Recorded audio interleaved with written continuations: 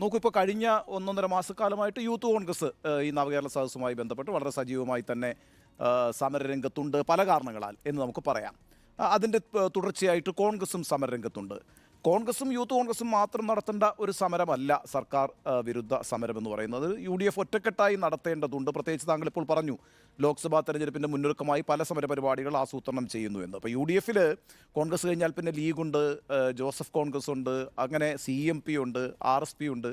അപ്പോൾ UDF ഒറ്റക്കെട്ടായി സമരരംഗത്തേക്ക് വരേണ്ട ഒരു സമയം അതിക്രമിച്ചിട്ടുണ്ട്. ഇപ്പോൾ സമരത്തിന് നേതൃത്വം കൊടുക്കുന്നത് കോൺഗ്രസും അതിൽ തന്നെ യൂത്ത് കോൺഗ്രസുമാണ്. അപ്പോൾ അത്തരത്തിൽ കൂട്ടായ ഒരു സമര രൂപം കൈവരിക്കുന്നതിലേക്ക് UDF മാറുന്നതിന് ഇന്നത്തെ യോഗത്തിൽ തീരുമാനങ്ങൾ ഉണ്ടാകുമോ? ഞാൻ കോൺഗ്രസിൻ്റെ കാര്യം മാത്രമല്ല ചോദിക്കുന്നത്.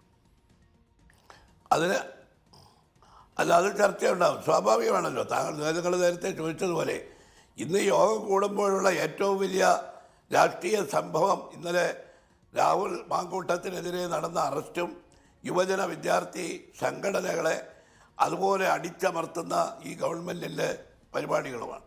അത് ചർച്ച ചെയ്യും, UDFൽ ചർച്ച ചെയ്യും. കൂട്ടായിട്ട് ആ ചർച്ചയിലൂടെ ഏതെങ്കിലും തരത്തിലുള്ള പ്രക്ഷോഭ പരിപാടികൾക്ക് രൂപം നൽകും എന്ന് തന്നെയാണ് ഞാൻ പ്രതീക്ഷിക്കുന്നത്. അല്ല, അവിടെ ഒരു കാര്യം കൂടി, അതായത് അതിനകത്തൊരു പിന്തുണ പ്രശ്നമുണ്ട്. ഞാൻ പറയുന്നത്, ഒരു ജാഥ പോലും ഇപ്പോൾ കേരള കോൺഗ്രസ് ജോസഫ് ഗ്രൂപ്പോ അല്ലെങ്കിൽ RSPയോ അല്ലെങ്കിൽ CMPയോ അല്ലെങ്കിൽ ലീഗോ എവിടെയും ഒരു ജാഥ പോലും സംഘടിപ്പിക്കുന്നില്ല. ഇതിപ്പോൾ യൂത്ത് കോൺഗ്രസ്സുകാർ ഒരു പരിപാടി സംഘടിപ്പിക്കുന്നു, സ്വാഭാവികമായി യൂത്ത് കോൺഗ്രസ്സുകാർക്ക് അടി കിട്ടിയ കോൺഗ്രസ്സുകാരും കോൺഗ്രസ് നേതാക്കളും ഒക്കെ തെരുവിലേക്ക് ഇറങ്ങേണ്ടി വരും. അത് നടക്കുന്നു.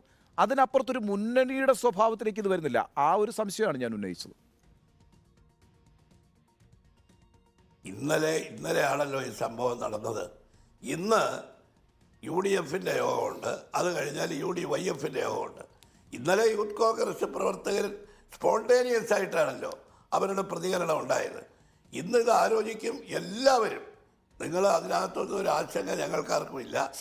എല്ലാ യുവജന സംഘടനകളും അതുപോലെ തന്നെ UDFും സമരരംഗത്തേക്ക് വരും.